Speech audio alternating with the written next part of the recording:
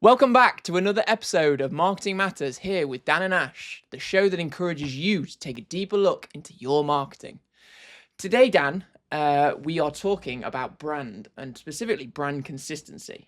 Okay. So we're with a lot of businesses that obviously we do their branding for them. We do a branding project with them.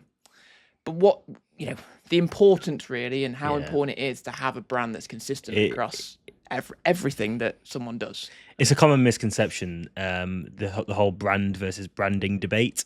They're two different things. So your brand is a completely different thing. So branding is, your logo, your colors, your typeface, all that, even you're going to tone of voice. But your brand is your whole kind of business personality, if you like. It's everything that makes up who you are. It's how you make your customers feel more than anything. I remember when we, in my university days, when we started talking about brand and brand identity, and the first thing we always used to chat about was brand values and your brand promise. So what are you promising to your customers almost, and how do you want them to feel when using you? So it's a very, as I say, it's a commonly misconceived thing that it's a logo and a little bit more, and there's my brand. Exactly. People are like, well, it's just branding. It's just a logo. It's just you just design a logo and that's it. That is my brand. It's not. And I think before you get into having a strong brand and then being able to be consistent with it across different platforms and marketing streams, I think you have to identify your brand and who you are as a company. Think of it as like, how we dress ourselves, how we present ourselves to the world. The brand, the branding is the clothes we wear and the shoes that we choose to put on, the way we do our hair. That's all branding, but the brand is what's inside our personality, almost our personality, our character, absolutely, who we are as a person, how we like to make people feel when they spend time with us. Yeah, it's the same thing, and it's a really good analogy to start unpicking that. Really, yeah, it is.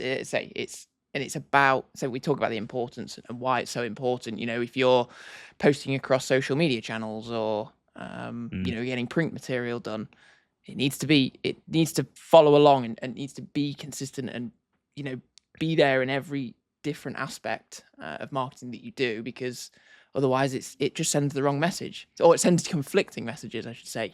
Conflicting messages, yeah, absolutely, yeah. So if you've not underpinned and got clear in your own strategizing of who you are and what your brand is, then you're never going to be able to follow up on that properly when you go to put it on socials or the next bit of print you do and everything. Yes, you can have branding and brand guidelines, but it has to all start from identifying who you are as a business and what your promise is. Yeah, and say what it'll do is it'll mean your marketing will be much more consistent across the board. Whether you do a specific campaign that runs for a few. It's your tone of voice as well. Yeah, exactly, and that's all part of it. It's huge. To say it's not just a logo. We'll bang the same drum over and over again, but it's not just a logo. It is a whole array of things that you can that are put together to create a brand that will come from someone, but it will. It needs to filter down to all of the staff. It needs to filter down. Well, it's your people. Your brand is essentially your people. They all have to buy into this overall kind of strategy that you set out. So yeah, your people have to be bought into it. And at the end of the day, it's your people that customers are going to be dealing with on a daily basis. So if they're not reflecting what you've kind of set your brand and image of company to be, then it's a waste of time, and you're only going to damage the brand by not kind of getting that sorted and rectifying it. Yeah, exactly. So how do we then create a consistent brand? What steps do we need to take then? If someone's listening to this and they're thinking, oh, I've got a logo, but I don't necessarily, I'm not as consistent as maybe I want to be or should be.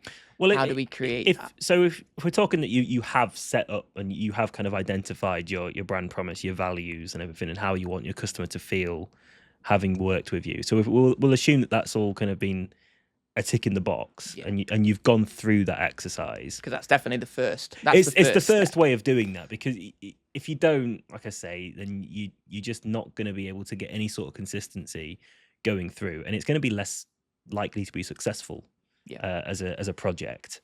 And it can be the bit that's almost feels a little bit alien, because you're like, well, why are we talking about this? We're here to talk about logos, aren't we? Well, no, that comes later. Yeah. And it can inform so much of it, because you start tapping into things like color psychology, which is, you know, a huge thing. Yeah. And if you start to kind of dissect brands and different companies around, and you start to realize why they are kind of Why like do they they use a are, blue? why do they use why are red? Asda green, Yeah. and so on and so forth. Why do you see so many consultancy businesses and so many corporate businesses go down the line of blue? Because it's a really reliable and trustworthy color. Why are Dairy Milk and Cadbury, should I say, go down the purple route? Because purple is luxurious, and it brings those kind of connotations in your brain without thinking that's what you're not consciously thinking that, but it's how it makes you feel. A red brand, seeing red automatically kind of promotes and makes you feel danger. So, you know, if you're I can't think of an example, but you know, if your business is red, then be careful about what you're trying to sell and what you're trying to make your customers feel within your brand before you go down making it all red. Yeah. Because it just screams fire, danger. It's all those connotations with it, and there's so much you can tap into with colors. It's a whole episode on its own. Yeah. Going into color psychology. Massively. But it helps you identify that. But once you've kind of got your kind of 5 key points, 5 key brand values and your brand promise, you're able to kind of say, well, what is going to work best here, and what color does represent us? Because that's what it is. Branding is just representing you. Yeah. Your logo, your colors, you know, your tone of voice, how you choose to communicate with your clients, your typography, and all that stuff. They are just there to represent you. And some people can get a bit lost with that and jump too far forward, and just think, oh, I really like that font, or I really like that color. That looks cool. And, you know, and we talked about it on a previous pod about Canva and Adobe, and how you can fall into the trap of saying, oh, well, I like that logo and I want mine to look exactly like that. And it's like, oh, well, it's not quite as, it's not personal. It's not personal. To you. It's not reflective. Yeah. It's not reflective of you. And everything when we talk about marketing comes back to people buy people. And, you know, when you're buying from a brand, yes, you're not necessarily buying from a person per se. You're buying from a brand. So you could throw that at me and say, Dan, you're talking rubbish.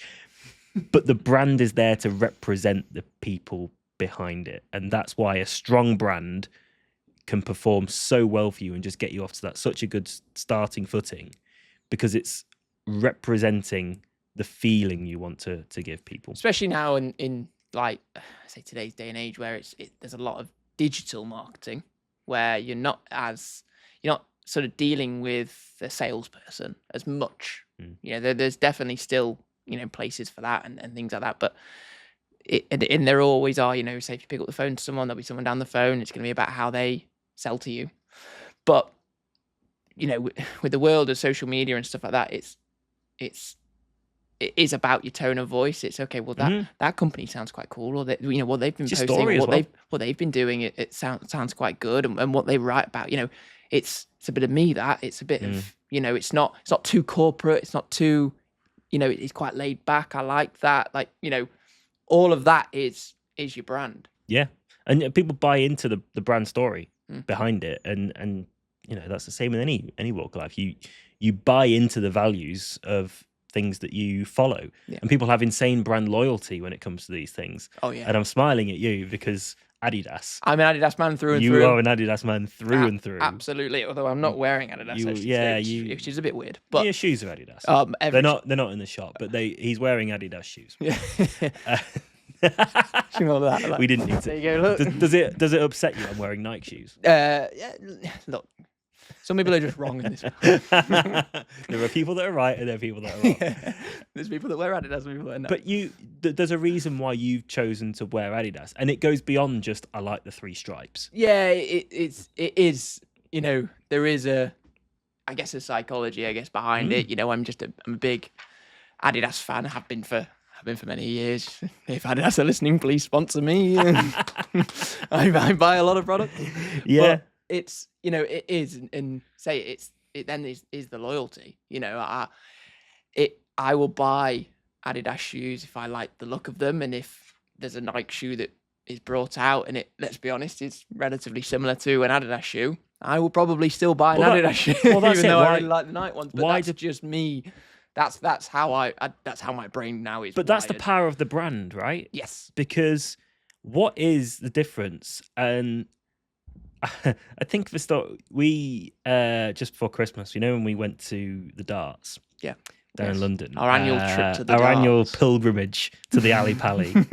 I remember I was wearing a pair of trainers, and it was very, very wet the day before. And we stayed down in London Saturday night, and my trainers had started to. They were on their real last legs, and I thought I can get a last use out of these at the darts because they'll get a bit messed up, and then I can, you know, they can go away.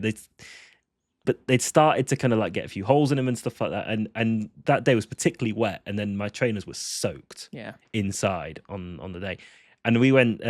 We found there was an Asda Living Yeah, there was. on the Yeah. corner, and I was like, all I'm here for is a cheap pair of trainers that I can wear tonight, and I still wear them to go to like football and stuff because, you know, that I don't, because that's another part of it. If you buy an expensive pair of trainers that's got your brand, the brand that you love on it, you want to keep that nice. Oh God, yeah. I don't. They ain't coming off. They ain't coming to the away games for you, are they? They're not going to away. They're not coming out if it's wet outside. If If it's there's a puddle, raining, if I can see a puddle, I've got a pair of white Converse trainers that only come out if it's 30 degrees. Yeah. Oh yeah. In the summer, all my shoes come out in dry rotation. as a bone. Yeah. Yeah. Whereas shoes like today. But my point being that pair of trainers I bought to take to the darts are no, you know, you could tap into like different features in them and the way they're designed that makes one pair of trainers better than the other. But the main thing you're buying when you spend, I mean, you spend some obscene amounts of money on trainers, but if you spend say 70, 80 pounds on a pair of trainers versus 20 pounds, the main thing you're buying there is the brand. Yeah. And nothing more, because it's got a swoosh on it, because it's got the 3 Adidas stripes on it. You're like, yeah. It certainly impacts your thinking. And then when you bring it back to business and you think, well, if someone has you've got 2 websites, let's say, for example, right? One of them's one price, quite a cheap price. Mm-hmm. One of them's a little bit more expensive. It might be an extra 25% on top, right? But when they've interacted with this business that's an extra 25% more expensive, they've got a really nice feeling that they suddenly trust, you have that trust immediately instilled into them. They, can see across all of their channels, it's them. They're on their website. It sounds like a company that they'd want to work with. It's almost a no-brainer that they'll go, well, I'm just going to spend this extra 25%. They start to want it. Exactly. And it's then suddenly, even though one price is different to another, one's cheaper, one's more expensive, you think, oh, I'll just go cheap. But then actually, well, no, because the more expensive client is going to give me more value. Well, there's 3 things. You just said another one. There's 3 things you kind of tapped into there. The first one, value. And if you're perceived to be getting better value, then that's why obviously you can charge higher prices and stuff like that when you get into that. A strong brand allows you to access higher revenue and higher pricing because you've built that overall feeling that you give people. And this is the third point, that people buy on emotion. They, there are certain things that people buy as a commodity just because they need to, but they will buy in reality, budget depending on what they want and essentially how they've been made to feel by either that company, that if it's a service-based offering, a company when they do the initial conversation, if they're made to feel great and the customer service is brilliant and all that kind of thing. If it's a pair of trainers that's a certain brand, that they feel great. They feel 10 foot tall wearing that jacket or something like that. You buy it because and it makes you feel great. So having a strong brand and something that automatically just, and you can look at some real top examples. You look at Apple. Well, yeah, they've got say they go down this, say minimalistic, but it is as you said But you feel how previously, you it's that feel when you open up an Apple product. Yeah. Or you're out and you've got your iPhone on the table or your MacBook. You feel $1 million. And Apple have done that through years and years and years of perfecting their brand to the point where, yeah, it is emotion. Yes, they do charge ridiculous prices for a Mac, but they're selling loads of them. But one of the biggest companies in the world. Absolutely, for a reason. And the way that they've crafted that, I actually wrote a very long piece at university on Apple and their packaging, just the packaging of a MacBook, because I had a box for it upstairs. You keep the box. Yep. You keep an Apple box. Oh yeah. Always. I keep the stickers. Exactly. I've got no use for the stickers really. No, but you keep them. I keep them. You keep them because it just looks so lovely, and it is kind of like that golden moment of when you pick it up. It's like there's light shining out of it. It's like it's that kind of feel that you get given, I suppose. Yeah, and even with these bigger brands, you talk about Nike, Adidas, Apple. They'll all have brand guidelines throughout that need to be used throughout. So if you join the company, that they'll be sent through, I'm sure, some brand guidelines that their staff have to stick to, because it won't just be make sure you use this logo here and this logo here. This is our tone of voice that we're going for, and this is the feel that we want coming from our products. That's it. The consistency is key because trust and reputation is built through consistency. Yeah.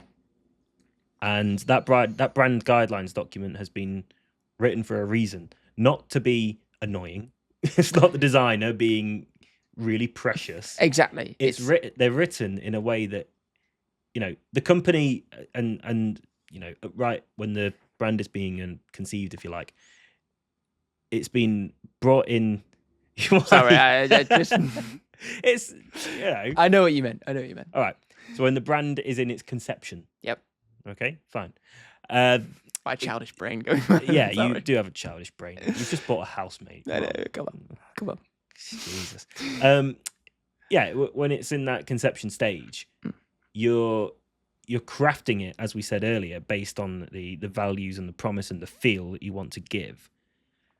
So the brand guidelines are written in such a strategic way that everything will always follow the right structure, so that we're always meeting these objectives that we set at the start. Mm-hmm.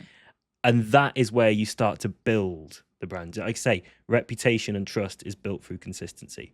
And there was a study, I forget the exact source of it, but there's a study that consistent branding over a length of time has increased revenue for certain companies by up to 23% because of that huge kind of feel that you get when you interact with these companies. Yeah, and the evidence is there. It is about the consistency. We'll mention the C word as such throughout a lot of different, I'm sure, in many more episodes. It's just so important with everything. So you've got, say, the tone of voice, your logos, your fonts, that they're consistent throughout any piece of marketing that you do. It just adds massive value, and then that sort of thing will convert. Absolutely, and people start to associate emotions with it. So Coca-Cola is a great example because they have crafted that for years and kept that brand identity the same. And they had when did Coca-Cola advertise the most? Christmas. Yeah, the trucks come out, the holidays are coming. Oh yeah. All this sort of stuff. Coca-Cola, obviously, the reason why Santa Claus is red, and all this sort of stuff. So they tapped into that, but because they put themselves out there at Christmas, and it's not just because, hey, it's Christmas, buy some Coke. It's giving the customer and the audience that feeling. Everybody loves Christmas. Christmas is such a great time, and we all have a great jolly together, and it goes too quick and every year and all that. So Coca-Cola have crafted this brand that when you see the red logo, you see the kind of lovely scripts like Coca-Cola font and all this sort of thing. Yep. You start to subconsciously tap into those emotions that you feel around Christmas time, which is such joy and happiness. So people see Coca-Cola versus Pepsi, they're always going Coca-Cola because of what the connotations and the emotional feel that they get. Yeah. Nothing to do with the taste. It's complete all brand. Yeah. The taste becomes second fiddle. It really, does. Which Yeah, it shouldn't do, but it does. It does for a lot of stuff. It's just the way it works, and that is branding. Yeah. For a lot of stuff. That is branding. Yeah. And we've talked about and touched on sort of brands and businesses that have done it well. Mm-hmm. They get their message across, their branding's great and consistent throughout. But it doesn't always happen like that. There are brands and there are businesses that don't have great branding. Mm-hmm. So sort of maybe talk us through the sort of dangers almost and implications of not having a strong brand and a consistent brand. Absolutely, yeah. I mean, for every Apple, for every Nike, for every Starbucks, Tesla, there's a Jaguar of last year that really got it wrong. And what their mistake was creating, and they lost, I think, a lot of customers from this. And their biggest mistake was that the feeling that they promote with their product completely, the alignment was completely thrown out with the feeling that they were giving with their brand and their image. And when they stop aligning, like I say, you stop that reputation, that trust that you've kind of built up over the years with such a strong brand. Yeah, can just fall off a cliff. Yeah, because it was in one move. We'd probably talk a lot when you got a brand and you've got something like a logo and your tone of voice and all that. It's important not to change that too often. And if you do change it, don't change it too much because it can have a negative effect like they did. They went from having a really strong brand that was consistent for years and years, and they had, they tried to tap into almost a different audience, which is fine to think. Yep, we want to look in a different what's the word, like a different target audience, bit of different clientele. Kind of thing, but they did it in a way that just had a negative effect, and it completely polarized, and it seemed to alienate their existing following. So you don't want to change your brand too much. And I think it's evolution, not revolution. I think that's a very key thing. If you're considering updating your brand or evolving it has to be an evolution. You just have to look at Google's marks throughout the years. The fundamentals have always remained the same. The different colored letters throughout to make Google. They've changed it from a serif to a sans serif and everything like that. But that's just moving on with the times. Yeah. Another bad example was Gap. Kind of tried to restructure themselves. It looked completely off from what they've established themselves as, and they went back to it. They got it wrong and they went back. And we won't even go into football clubs. I was going to say your own football club did it wrong, didn't they? Yeah, they did it. They apparently consulted 10,000 fans. Nobody has admitted to being part of that consultation. No one was that 10,000. I don't think it happened. But there's so many that got it wrong. Cardiff City, when they changed their club colours from blue to red, it just completely alienates your following. And especially when football is a loyal following. Oh yeah. It's what your, I guess in that sense, your audience is used to and sees you as. So best not to change it. There's no point in changing it because it can just have such a negative effect and it won't hit the spot the same if you're making a drastic change. Absolutely, because it goes away from your core values and beliefs, really. Absolutely, yeah. It has to. So how do we wrap this up then? So we talk about kind of Well, I think we've spoken about, say, good brands, bad brands, you know, ones that people have done it well, not done it well. So I think really for the audience and for you guys, it's important. Have a look at your brand. Is it consistent? Is it consistent, you know, over all your social media channels as well as your website? Are you sending the right message out there all over the place? Because if you're not, then you might be giving your customers conflicting views and conflicting thoughts. And if it needs it, you say, give it a bit of an audit. Have a look. If it needs tweaking, it needs tweaking. Don't be ashamed in that. There's nothing wrong with that. But it's important to make sure that you get it right. Don't tweak and make little changes here and there. Get it right, and then what was the stat? 23%. 23% increased revenue, yeah. And just think about your customer experience. Think about how you want your customer to feel once they've done that transaction once they've completed that project, once they've bought from your store. How you want them to remember you and have that lasting feeling. And then when you start to get those fundamentals outlined, you'll start to be able to almost fill in the bits as a bit of a jigsaw along the way, and it will all just fall nicely into place. Perfect. So yeah. Perfect. That's how we end it. That's how it's done. That's how it's done. That's how it's done. So that was Marketing Matters with Dan and Ash. No, Dan Ash. Me and him. Yep, Dan Ash. Me and him. Make sure you like and subscribe. Drop us 5 stars if you're on there. Exactly all that sort of stuff. And we will. We'll see you in the next one. Bye for now.